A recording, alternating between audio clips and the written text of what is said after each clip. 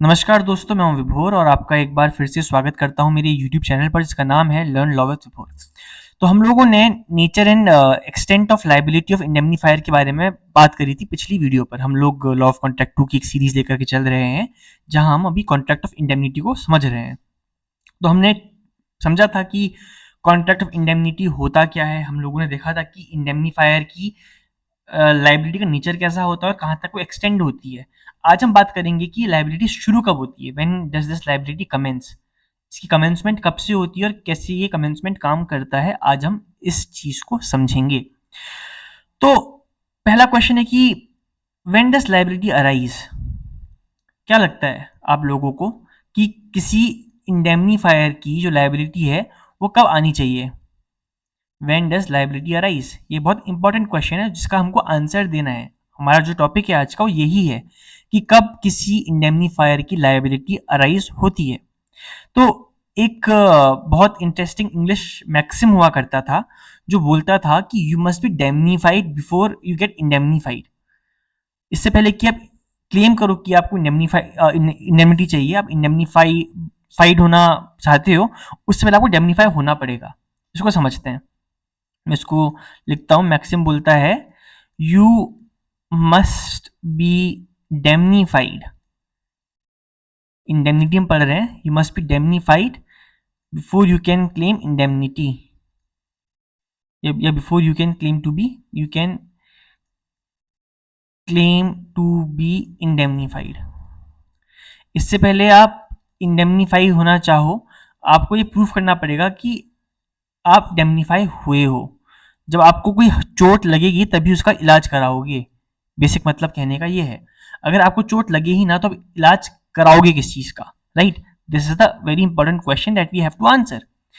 Suppose करो मुझे पानी की प्यास नहीं है, मैं पानी पीने पे लगा हूं, कोई रेलेवेंस नहीं है। मैं पानी तब पीऊंगा जब मुझे पानी की प्यास लगेगी। तो वैसे ही अगर आपको कोई इंजरी होगी उसके बाद ही आप उस इंजरी के डैमेजेस क्लेम कर सकते हो। सपोज मैं आपके साथ कोई इंडेमनिटी का कॉन्ट्रैक्ट करता हूँ। उस कॉन्ट्रैक्ट में मैंने आपसे कहा कि अगर आपके घर में, मैं इंश्योरेंस कंपनी हूँ और मैं आपसे कहता हूँ कि अगर आपके घर में आग लग जाएगी तभी मैं आपको उसका पैसा दूंगा। अब आपके घर में आग तो लगी नहीं, आपने पैसा क्लेम कर लिया, क्या पॉसिबल है? नहीं। So this is the maxim जो इंग्लिश लॉ के हिसाब से मैक्सिम हुआ करता था। पर ये बहुत पुरानी बात हो गई है। ये बात तब की हो गई है जब आपको डैमेज पड़ेगा। आपके घर में आग लगी, आपको आग का इलाज नहीं मिला। जैसे सपोज करते हैं कि ए ने बी से बोला कि घर में आग लगेगी तब हम आपको पैसा देंगे, सब कुछ एनालाइज वगैरह करने के बाद। ये एक अच्छा एग्जांपल दिमाग में आ नहीं रहा है मेरे समय अभी। ए ने बी के साथ कोई कॉन्ट्रैक्ट ऑफ इंडेमनिटी करा, फॉर एग्जांपल कि बी सी के साथ एक कॉन्ट्रैक्ट कर ले, और अगर ये कॉन्ट्रैक्ट ब्रीच होता है और सी को डैमेज, बी को डैमेज देने पड़ते हैं सी को, तो ए उसको डैमेज देगा, बी के बदले सी को डैमेज ए देगा। ये कॉन्ट्रैक्ट है। अब ये कॉन्ट्रैक्ट सच में ब्रीच हो जाता है तो बी जाकर के ए से सीधे सीधे इंडेमनिटी क्लेम नहीं कर सकता जब तक सी बी से इंडेमनिटी क्लेम ना करे। आई होप समझ में आया हो कुछ कुछ। मैं फिर इसको समझाता हूँ। तो एग्जाम्पल ये है कि ए ने बी के साथ एक कॉन्ट्रैक्ट करा कि इंडेमनिटी का, ये कॉन्ट्रैक्ट है इंडेमनिटी का, इंडेमनिटी, और ये कॉन्ट्रैक्ट एक जनरल कॉन्ट्रैक्ट है। बी और सी के बीच में कॉन्ट्रैक्ट है कोई चीज को लेकर के कि बी सी को सप्लाई करेगा या सी बी को सप्लाई करेगा जिसके बदले पैसे दिए जाएंगे। ये कॉन्ट्रैक्ट है। ठीक है। अब होता क्या है कि बी ए बी से बोलता है कि तू सी के साथ कॉन्ट्रैक्ट कर ले और अगर कोई डैमेज निकल करके आते हैं सी को या बी को तो ए उसकी भरपाई करेगा। बेसिकली कॉन्ट्रैक्ट गारंटी बन जा रहा है हद तक। बट हाँ, अगर सी को कोई डैमेज निकल करके आएंगे, नॉट बी को, तो बी के किसी एक्ट की वजह से या थर्ड पार्टी की एक्ट की वजह से, तो ए सी को बी की बिहाफ पर इंडेमनीफाई करेगा। ये कॉन्ट्रैक्ट ए ने बी के साथ साइन करा था। अब होता क्या है कि ये कॉन्ट्रैक्ट ब्रीच हो जाता है तो बी जाकर के ए से बोलता है कि तुम मुझे डैमेजेस दो, तुम मुझे इंडेमनीफाई करो। तो नहीं हो सकता क्योंकि जो मैक्सिम था वो कहता था you must be damnified before you can claim to be indemnified. तो जब सी बी से पहले डैमेजेस क्लेम करेगा फिर बी इसे डैमेज क्लेम करेगा, इसका मतलब ये था। बट टाइम के साथ साथ लॉ में बदलाव आया। आज क्या है, आज का जो अब करंट लॉ हो चुका है वो ये है कि as soon as liability occurs, जैसे ही लाइबिलिटी अकर कर सकती है वैसे ही बी ए से क्लेम कर सकता है। तो मतलब जैसे ही कॉन्ट्रैक्ट ब्रीच होता है तो बी ए से इंडेमनिटी क्लेम कर सकता है। अभी तक नहीं कर सकता था। जो ये मैक्सिमम ऊपर देखकर चल रहे हैं, इस मैक्सिमम के हिसाब से जब पहले सी बी से पैसे क्लेम करता, फिर जाकर के बी ए से पैसे क्लेम करता, दैट वुड हैव बीन, देखो सी ने बी को डेमनीफाई करा, अब बी ए से इंडेमनीफाई होगा। ये पहले का मैक्सिम था। आज क्या है, बी को कुछ करना ही नहीं है। जैसे ही डैमेज कॉन्ट्रैक्ट ब्रीच होता है, बी ए के पास जाएगा और ए को सी को देना पड़ेगा। जैसे ही लायबिलिटी अराइज होती है, ए और सी पिक्चर पर निकल करके आ जाएंगे। सो this is the contract of indemnity. ठीक है, अब ये जो हम बात कर रहे थे, जो मैक्सिम था, ये था इंग्लिश मैक्सिम। हमने ये बोला था कि इंग्लिश मैक्सिम था। अब हुआ क्या, जो इंग्लिश मैक्सिम था, ये किसी केस में ओवररूल हुआ होगा, क्योंकि इंग्लिश लॉ जो है, it's all based on good conscience, equity, है ना, इन चीज़ों के ऊपर बेस्ड है। तो जो जजमेंट है, जो केस निकल करके आया था, वो निकल करके आया था, केस इंपॉर्टेंट केस है, क्योंकि जो हमने अभी बात करा, Liverpool mortgage insurance company case.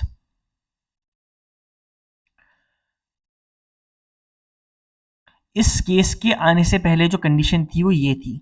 इस लिवरपूल वाले केस के आने के बाद जो कंडीशन बनी, वो बनी ये वाली, एज सुन एज लायबिलिटी वाली। तो इस केस में क्या कहा गया, मैं आपको पढ़ करके बताता हूँ। इस केस में कहा गया, indemnity does not merely mean to reimburse in respect of money paid, but to save from loss in respect of liability against which indemnity has been given, because otherwise indemnity may be worth very little if indemnity holder is not able to pay in first instance। मैं एक बार फिर पढ़ता हूं, अगर आप लिख रहे हो तो आप लिख सकते हो, मैं हल्के हल्के पढ़ता हूं। It says, indemnity does not merely mean to reimburse in respect of money paid, but to save from loss in respect of liability against which indemnity has been given, because otherwise indemnity may be worth very little if indemnity holder is not able to pay in first instance। तो इसमें क्या कहा गया है, कि इसमें कहा गया है कि जो इंडेमनिटी होती है, इसका ये मतलब नहीं कि सिर्फ रीइंबर्स करो। यहाँ क्या हो रहा था, यहाँ हम रीइंबर्स करा रहे थे, बी ने सी को दिया, बी ए से अपना जो पैसा दिया है उसको रीइंबर्स करा रहा है।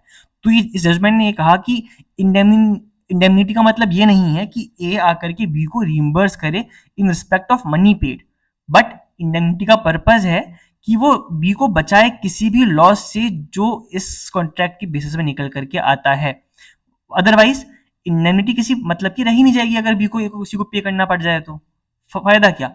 मैं सी के साथ कॉन्ट्रैक्ट में एंटर कर क्यों रहा हूँ, क्योंकि ए ने मुझसे प्रॉमिस किया है कि अगर कोई दिक्कत निकल करके आएगी तो ए भरपाई करेगा। अब मुझे ही पैसा देना पड़ जाए सी को, तो फिर इंडेमनिटी का मतलब क्या रह गया। इस जजमेंट ने, कोर्ट ने यही हेल्ड करा। कोर्ट ने कहा कि अगर बी को सी को पे ही करना पड़ जाए तो इंडेमनिटी का मतलब क्या है। इसीलिए इंडेमनिटी का मतलब ये होना चाहिए कि जैसे ही जो लायबिलिटी अकर हो जाए, ए को पे करना पड़ेगा। तो इस लिवरपूल वाले केस ने आकर के, जो हमारा ओल्ड मैक्सिम था, जो कहा करता था कि you must be damnified before you can claim to be indemnified, इसको चेंज करके कर दिया as soon as liability occurs. तो ये केस इंपॉर्टेंट है। ये है Liverpool mortgage insurance company case. अब ये केस एक फॉरेन केस है। इसी को देखते हुए हम लोग फिर बात करेंगे दूसरे जजमेंट की, जो हमारे हमारे हमारे लिए ज़्यादा रेलेवेंट है। तो अब बेसिकली इससे पहले कि, अब देखो, दो चीज़ें कंडीशन थी। अब कंडीशन क्या थी, इसको हम थोड़ा और एक बार समझते हैं इन डेप्थ जा करके। ठीक है, ए ने बी से इंडेमनिटी का कॉन्ट्रैक्ट किया कि बी सी के साथ कॉन्ट्रैक्ट करे, और अगर कोई लॉस होगा तो ए उसको इंडेमनीफाई करेगा। ये कॉन्ट्रैक्ट ऑफ इंडेमनिटी है। अब यहाँ पर को क्या हुआ कि कॉन्ट्रैक्ट ब्रीच हुआ, सी ने बी के ऊपर केस करा, और अब जो मैक्सिमम ऊपर वाला था, तब तक जो पुराना कंडीशन थी वो ये थी कि बी ए से पैसे तब तक क्लेम नहीं कर सकता था जब तक सी के ऊपर जजमेंट निकल के ना आए, एक जजमेंट डिलीवर ना हो कि हाँ बी ने कॉन्ट्रैक्ट ब्रीच करा है, बी सी को इतना डैमेज देगा। फिर भी ए के ऊपर केस करके, क्लेम करके, जजमेंट को लेकर के फिर जा करके सी को पैसे देकर रीइंबर्स करवाएगा। तो ये बहुत लंबी प्रोसेस हो चुकी थी। तो हमको अब आज के टाइम पर कोई जजमेंट पास होने की इंतजार नहीं करना है, हमको दिखाना है कि हाँ एक लायबिलिटी अगर हो गई है अब, इसलिए ए सी को इंडेमनीफाई कर दे बी के बिहाफ पर। This is the contract of indemnity in the present time. ठीक है, अब हमने क्या कहा था, ये एक इंग्लिश केस है, Liverpool mortgage insurance company case. तो इंडिया में भी कुछ ना कुछ होना चाहिए एडवांसमेंट, तभी हम बात करेंगे। अब इंडियन कॉन्ट्रैक्ट एक्ट जो है वो एक एग्जॉस्टिव लॉ है, राइट। तो इसमें क्या है, इसमें एक केस है इंडिया के अंदर, दिस केस ऑफ 1942। इसका नाम आप लिख सकते हो, इसका नाम है गजानन मुरेश्वर, गजानन मुरेश्वर वर्सेस मुरेश्वर मदन। ये केस लिवरपूल का जो जजमेंट निकल करके आया था उसी की तरह एक जजमेंट है, 1942 का है, बिफोर वी गॉट इंडिपेंडेंस।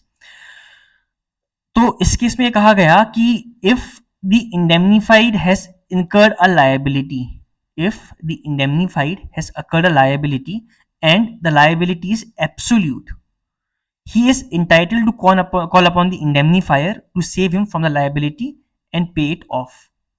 तो इसमें क्या कहा गया, इसमें कहा गया कि ए ने बी के साथ एक कॉन्ट्रैक्ट ऑफ इंडेमनिटी करा है कि बी सी के साथ कोई कॉन्ट्रैक्ट एंटर करे और ए उस कॉन्ट्रैक्ट की इंडेमनिटी दे रहा है। तो उसमें इंडेमनिटी होल्डर है का जो कंसेप्ट निकल करके आ रहा है, ये कहा जा रहा है कि अगर बी की को लाइबिलिटी अगर होती है इस कॉन्ट्रैक्ट को लेकर के, and that liability is absolute, मतलब अब ये नहीं है कि इसमें कोई दिक्कत की बात है। जैसे अगर पॉसिबल है कि हो सकता है सीनियर कॉन्ट्रैक्ट ब्रीच करा हो या एक्ट ऑफ गॉड हो गया हो या कोई भी जो कॉन्ट्रैक्ट की क्या कहते हैं उसको, मैं वर्ड भूल रहा हूँ, फ्रस्ट्रेशन ऑफ कॉन्ट्रैक्ट के जो ग्राउंड्स हैं, कोई फ्रस्ट्रेशन कॉन्ट्रैक्ट का हो रहा है due to some specific reason जो बी और सी के आउट ऑफ कंट्रोल था, जिसके वजह से बी की लाइबिलिटी ना बने, मतलब लाइबिलिटी हो पर एब्सोल्यूट लाइबिलिटी ना हो। तो उस केस में फिर कोर्ट में केस चलेगा और कोर्ट के जजमेंट के हिसाब से फिर डैमेजेस देने पड़ेंगे। बट अगर लाइबिलिटी देखो, लाइबिलिटी हो और लाइबिलिटी एब्सोल्यूट हो जाए तो इसमें क्या होगा, इसमें ये होगा कि बी इंटाइटल्ड है वो ए के पास जाए और ए से बोले कि इस लाइबिलिटी को आप पे ऑफ करो। तो इस केस में भी ये कहा गया था, this is the case of Gajanan Mureshwar versus Mureshwar Madan, this is an Indian case. ठीक है, अब हम बात करेंगे एक और जजमेंट की, क्योंकि contract act is basically like a law जो हम आपस में खुद को गवर्न करा रहे हैं। It is based on promise, जो वादा किया है वो आपको निभाना पड़ेगा। This is the basic premise of the Indian contract act और कोई भी contract act around the world. जो आप वादा कर रहे हो किसी से, उस वादे को निभाओ, रिगार्डलेस आपका वादा कौन है, कैसा है, क्या है। हाँ, अगर लॉ कहता है वादा नहीं हो सकता तो नहीं हो सकता, जो हमने ग्राउंड्स पढ़े थे, अनसाउंड माइंड्स, फ्रॉड, कोercion, क्योंकि आप वादा नहीं कर रहे हो वहां पर को, वहां मजबूर हो रहे हो। तो जो आप वादा करने की बात करी जा रही है, जो वादा आप कर रहे हो, अपने मन से कर रहे हो, उस वादे को आपको निभाना पड़ेगा। यहाँ ए ने बी ने ऐसे नहीं कहा कि तू मुझे इंडेमनीफाई कर, ए ने खुद बी से कहा तू इसी के साथ कॉन्ट्रैक्ट कर, मैं तुझे इंडेमनीफाई करूंगा। अब देखो, इंडेमनिटी और गारंटी काफी हद तक सिमिलर है। जब हम इस वीडियो को करेंगे, हम बाद में जब गारंटी पढ़ेंगे, हम डिस्टिंक्शन देखेंगे कि इंडेमनिटी और गारंटी के बीच पर डिस्टिंक्शन क्या क्या है। ठीक है, आई एम सॉरी। तो हमारा जो अगला केस है वो है new India assurance company, new India assurance company limited versus state trading corporation of India and others. तो इस केस में कहा गया कि वेदर और नॉट लॉस हैज अकर्ड, अगर कॉन्ट्रैक्ट ब्रीच होता है तो उस केस पर लाइबिलिटी बनती है। तो defendant is basically liable in case of breach of contract, contract का ब्रीच होता है तो डिफेंडेंट लायबल है। तो बेसिकली ए ने बी के साथ कॉन्ट्रैक्ट किया, बी ने सी के साथ कॉन्ट्रैक्ट किया और ये कॉन्ट्रैक्ट ब्रीच हो गया, तो अब ए लायबल है। बेसिकली इसमें ये कहा गया है। ठीक है, एक जजमेंट और है जो हम देख सकते हैं, which is Osman Jamal, OSMANJAMEL, Usman Jamal and sons limited versus Gopal Purushottam, PURUSHOTTAM, PURUS Purushottam, PURUSHOTTAM